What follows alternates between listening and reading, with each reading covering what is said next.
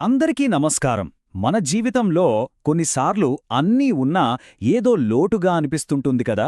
మన చుట్టూ ఉన్న శక్తి ప్రభావమేమో అని ఎప్పుడైనా అనిపించిందా? అయితే ఈరోజు మనం ఒక చాలా సాధారణమైన వస్తువు, అదేనండి మన వంటగదిలో ఉండే ఉప్పు, మన ఇంట్లో పాజిటివ్ ఎనర్జీని ఎలా తీసుకురాగలదో ఓసారి చూద్దాం. సరే, ఇక అసలు విషయంలోకొచ్చేద్దాం. కొన్ని ఇళ్లలో చూస్తుంటాం, నెగటివ్ ఎనర్జీ ఉన్నట్టు అనిపిస్తుంది. అంటే తరచు గొడవలు జరుగుతుండటం, ఇంట్లో ప్రశాంతత అనేదే కరువవ్వడం, లేదా ఎంత సంపాదించినా డబ్బు చేతిలో నిలవకపోవడం, ఇలాంటివి జరుగుతున్నాయా? వింటే ఆశ్చర్యంగా అనిపించొచ్చు, కానే ఈ మూలగ్రంథం ఏం చెప్తోందంటే ఈ సమస్యలన్నిటికీ పరిష్కారం ఎక్కడో లేదు, మన వంటగదిలోనే ఉందంట. అదే ఉప్పు. అవునండి, మనం రోజూ వాడే ఆ మామూలు ఉప్పే ఒక అద్భుతమైన పరిష్కారం కాగలదు. మొదటగా మనింట్లో ఉండే ఎనర్జీ గురించి మాట్లాడుకుందాం.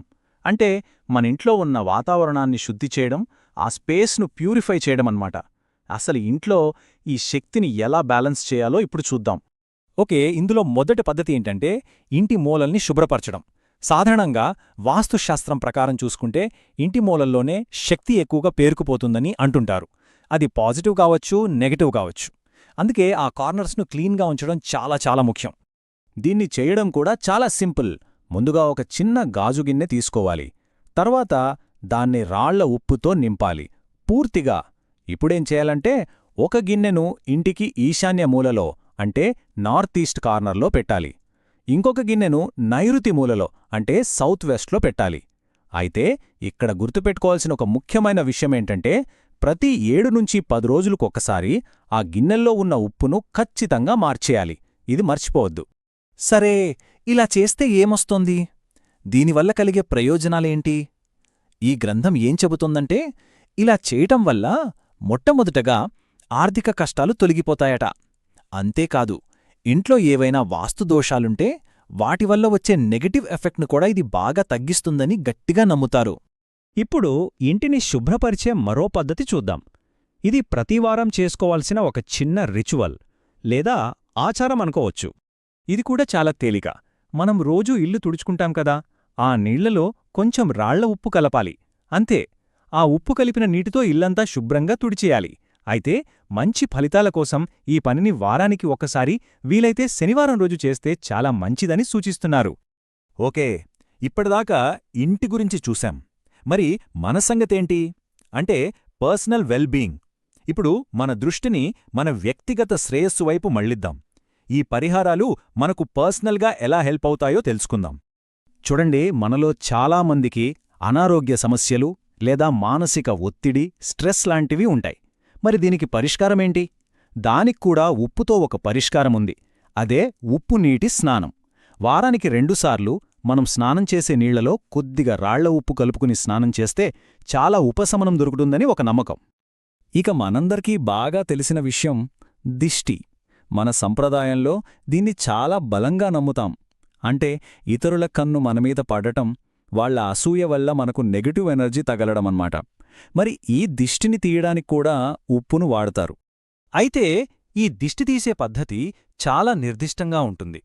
ఒక గుప్పెడు రాళ్ల ఉప్పు తీసుకోవాలి.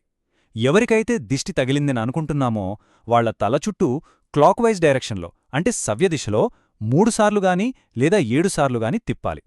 తిప్పిన వెంటనే చేతిలో ఉన్న ఆ ఉప్పును సింక్లో పారేసి నీళ్లు వదిలేయాలి, లేదా ఎవరూ తొక్కని చోట బయటపడేయాలి. ఇక ఫైనల్గా అందరికీ చాలా ఆసక్తికరంగా ఉండే టాపిక్, అదే ధన వృద్ధి, అంటే మన సంపదను పెంచుకోవటం. దీనికోసం కూడా ఒక చిన్న చిట్కా ఉందట, అదేంతో చూద్దాం. ఈ మూల గ్రంథంలో చెప్పిన దాన్ని బట్టి కొద్దిగా రాళ్ల ఉప్పును ఒక చిన్న ప్లాస్టిక్ కవర్లో కట్టి పర్సులో ఉంచుకుంటే ధనం వృద్ధి చెందుతుందని నమ్ముతారు. చూశారా, ఎంత సింపుల్ చిట్కానో? కాని దీని వెనుకున్న నమ్మకం మాత్రం చాలా బలమైనది. సరే, ఇప్పటిదాకా మనం చాలా రకాల పరిహారాల గురించి మాట్లాడుకున్నాం. అయితే వీటన్నిటికీ వర్తించే ఒక గోల్డెన్ రూల్ ఉంది. ఇది చాలా చాలా ముఖ్యం. సో కొంచెం శ్రద్ధగా వినండి.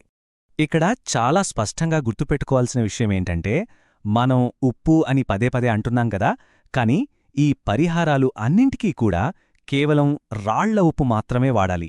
మనం వంటలకు వాడే సన్న ఉప్పు, టేబుల్ సాల్ట్ కాదు. ఖచ్చితంగా రాళ్ల ఉప్పు మాత్రమే. ఇది ఈ పద్ధతులన్నింటికీ బేస్ లాంటిదనమాట. అయితే ఈ మొత్తం విశ్లేషణలో మనం గ్రహించాల్సిన అసలు విషయమేంటి? ఈ గ్రంథం ప్రకారం చూస్తే చాలా సింపుల్గా దొరికే ఈ ఉప్పుతో చేసే చిన్న చిన్న పరిహారాల ద్వారా మన ఇంట్లోకి శాంతిని, సంతోషాన్ని మళ్లీ తీసుకురావచ్చని చెప్పబడింది. చివరగా ఒక్క ప్రశ్నతో ముగిద్దాం. ఎంత సింపుల్గా కనిపించే ఈ చిట్కాలు, తరతరాలుగా మన పెద్దలు పాటిస్తున్న ఈ పద్ధతులు మన ఈ ఆధునిక జీవితంలో నిజంగా ప్రశాంతతను తీసుకురాగలవా? ఒక్కసారి దీని గురించి ఆలోచించండి.